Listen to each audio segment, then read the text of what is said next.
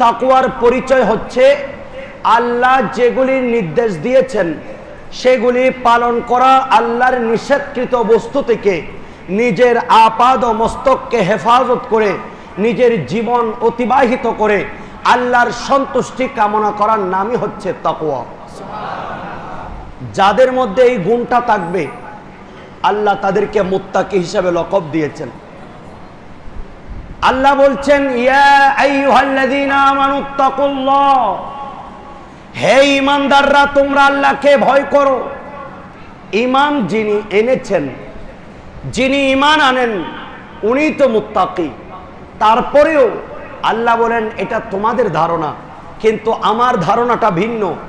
ঈমানদার হলেও তার কলবের মধ্যে যদি মুত্তাকি হওয়ার জন্য যে সকল বিধিবিধান আছে সেগুলি যদি তার মধ্যে না থাকে, সেই ঈমান আনুক, সেই মুসলমান হোক, সেই ঈমানদার হোক, সেই যদি এই তাকওয়ার এই গুণগুলি তার কলবে না থাকে, তাহলে তার সেই মুমিনের আমার কাছে কোনো মূল্য নাই। সেই জন্য আল্লাহ মুমিনদেরকে লক্ষ্য করে বলছেন, ইয়া আইয়ুহাল্লাযীনা আমানুত্তাকুল্লাহ, হে ঈমানদারগণ আল্লাহকে ভয় করো। কিভাবে?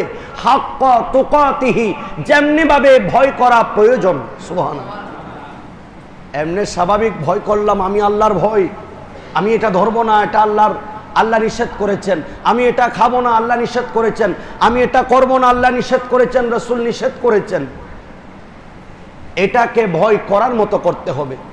আর আল্লাহ বলেন, ওয়ালা তামুতুন্না, তোমরা মৃত্যুবরণ করিও না, ইল্লা ওয়া আনতুম মুসলিমুন, যতক্ষণ না তোমরা মুসলমান হও, অর্থাৎ মুসলিম হয়ে তোমরা যাতে মৃত্যুবরণ করো, সেই জন্য আমি আল্লাহ এটা তোমাদেরকে নির্দেশ দিচ্ছি। সুবহানাল্লাহ।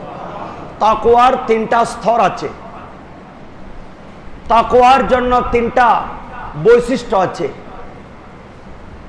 প্রথম নম্বর স্তর হচ্ছে, এটা জালালউদ্দিন সুয়ুতী রহমতুল্লাহ আলাইহি তাফসিরে জালালাইনের মধ্যে লিখেছেন যে এই তাকওয়ার প্রথম স্তর হচ্ছে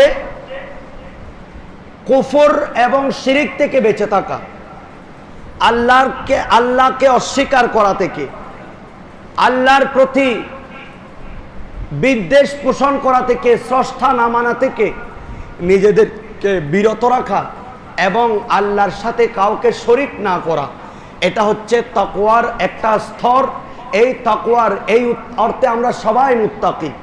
তবে এর মাধ্যমে যদিও বা আল্লাহর শিরিক না করে, আল্লাহর সাথে শিরিক না করে, আল্লাহর সাথে কুফরি না করে, এর পরেও নিজেদের গুনাহের কারণে এই তাকওয়াটা হচ্ছে তাকওয়ার একেবারে নিম্ন স্তর। শুধু আপনি আল্লাহকে মানেন আর আল্লাহর সাথে কাউকে শরীক করেন না, এর মধ্যে আপনি সীমাবদ্ধ। এই অর্থে আপনি পুরোপুরি মুত্তাকি হতে পারবেন না। এর মাধ্যমে তাকওয়া হচ্ছে আপনার আমার একেবারে সর্বনিম্ন স্তরে। আরেকটা তাকওয়া হচ্ছে আল্লাহ রাব্বুল আলামিন যেই তাকওয়ার ব্যাপারে আল্লাহর পক্ষ থেকে নিয়ামত জারি করেছেন, নিয়ামত ঘোষণা করেছেন, সেই তাকওয়াটা হচ্ছে আল্লাহ রাসূল যা বলেছেন, আল্লাহ রাসূল যেগুলাতে রাজি হয় এই কাজগুলি করা। আল্লাহ রাসূল যেই কাজগুলিতে অপছন্দ ও কাম করেंगे जिससे अल्लाह रसूल राजी हो, और वो काम नहीं करेंगे जिससे अल्लाह रसूल नाराज हो। এই পদ্ধতির মধ্যে যারা আসবে, এই স্তরে যারা আসবে, তারাই হচ্ছে মুমিন এবং সাধারণ মুমিনদের মধ্যে মুত্তাকি। এদের এটা স্তর হচ্ছে দ্বিতীয় স্তর। সুবহানাল্লাহ বলেন। আরেকটা স্তর হচ্ছে প্রথম স্তর, সেটা আম্বিয়া ইকরাম এবং আউলিয়া ইকরামদের জন্য খাস। ওনারা একমাত্র আল্লাহকে ছাড়া আর কাউকে ওনারা ভয় করেন না, কোনো কিছুকে পরোয়া করেন না। এই অর্জন তারা করেছেন আল্লাহর নৈকট্য হাসিলের মাধ্যমে। ইবাদত বন্দেগী, ফরজ, নফল, ওয়াজিবাত, এভাবে ভালো ভালো কাজগুলি করার মাধ্যমে দুনিয়াবি সকল অপকর্ম থেকে নিজেদেরকে বিরত রেখে যেই তাকওয়া অর্জন করেছেন, এই তাকওয়াটা হচ্ছে ফার্স্ট ক্লাসের তাকওয়া। আমরা প্রত্যেকে চাই একটা সফল জীবন হোক, আমি একজন সফল সন্তান হই, আমার মা বাবার একজন সফল সন্তান, আমি একজন পিতা হিসেবে সফল পিতা, আমি একজন স্বামী হিসাবে সফল স্বামী, আমি একজন মুসল্লি হিসাবে সফল মুসল্লি। এভাবে আমরা চাই প্রত্যেক সেক্টরে, আমি চাই সমাজের একজন সফল মানুষ হতে। আমি চাই আমার চট্টগ্রামের বাংলাদেশের একজন সফল মানুষ হতে প্রত্যেকে চায়। এই সফলতা আছে একমাত্র তাকওয়ার মধ্যে। যেই যত বেশি আল্লাহকে ভয় করেছে, আল্লাহকে ভয় করার মতো করতে পেরেছে, তার জন্য আল্লাহ ততটুকু সফলতা নির্ধারণ করে দেন। এমনি আমরা বলি আল্লাহকে ভয় করো, আল্লাহকে ভয় করো, এটা আমাদের মৌখিক কথা, কিন্তু যখন আমাদের সামনে